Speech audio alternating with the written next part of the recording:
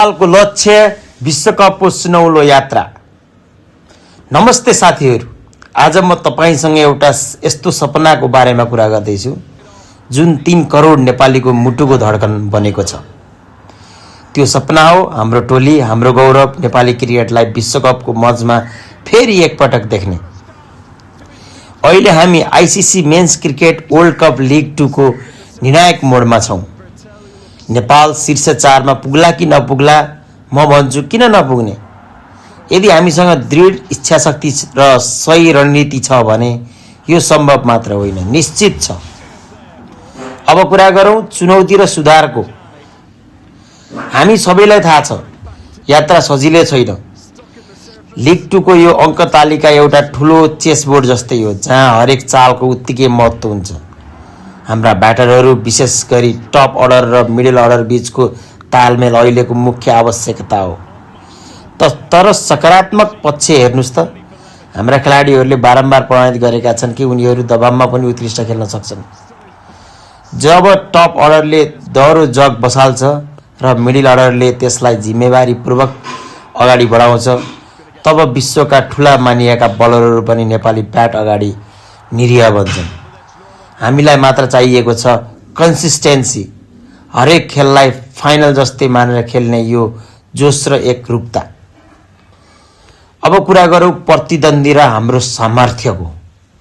हो, स्कटल्यान्ड र नेदरल्यान्ड जस्ता टोलीहरू अनुभवी छन्, उनीहरूको खेल स्तर राम्रो छ, तर के हामी कम छौं? त्रिभुवन विश्वविद्यालयको क्रिकेट मैदानको त्यो अपार जनसागर र विश्वभर छरिएका नेपालीहरूको आशीर्वादले हाम्रा खेलाडीहरूमा जुन ऊर्जा भर्छ त्यो कुनै पनि विदेशी टोलीका लागि एउटा डरलाग्दो चुनौती हो। टोली व्यवस्थापन र छनौट प्रक्रियामा देखिएका सुधारहरूले पनि यो संकेत गर्छ कि हामी सही दिशामा छौं। अब नयाँ प्रतिभा र अनुभवी खेलाडीहरूको यो मिश्रणले हामीलाई यो जादुमय शीर्ष 4 को स्थानमा पुर्याउनेछ। सिधै विश्वकप छनौट वर्ल्ड कप क्वालिफायरमा खेल्न पाउनु भनेको हाम्रो लागि ठूलो ढोका खोल्नु हो र हामी त्यो ढोका ढकढकाउन तयार छौं। नयाँ मानिएका खेलाडी जस्तो कि अर्जुन कुमाल जस्ता खेलाडीहरू अब फर्ममा आएर त्यो ढोका हामीले फोर्नेछौं। एकता र भविष्यको आशा। क्रिकेट मात्र एउटा खेल होइन, यो नेपाललाई एकताको सूचीमा बाँध्ने माध्यम हो। जब सन्दीपले विकेट लिन्छन्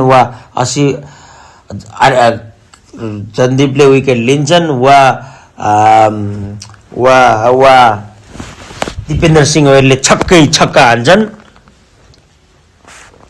तब यो सपना साकार हुन्छ।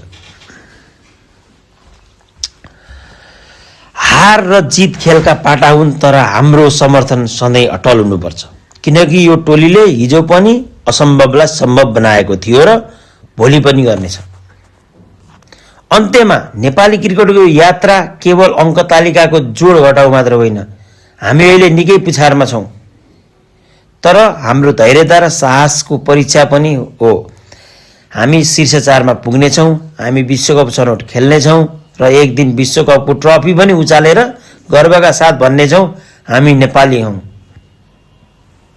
आफ्नो जोशलाई कायम राख्नुहोस्, नेपाली क्रिकेटलाई माया गरिरहनुहोस्। जय नेपाल, जय नेपाली क्रिकेट।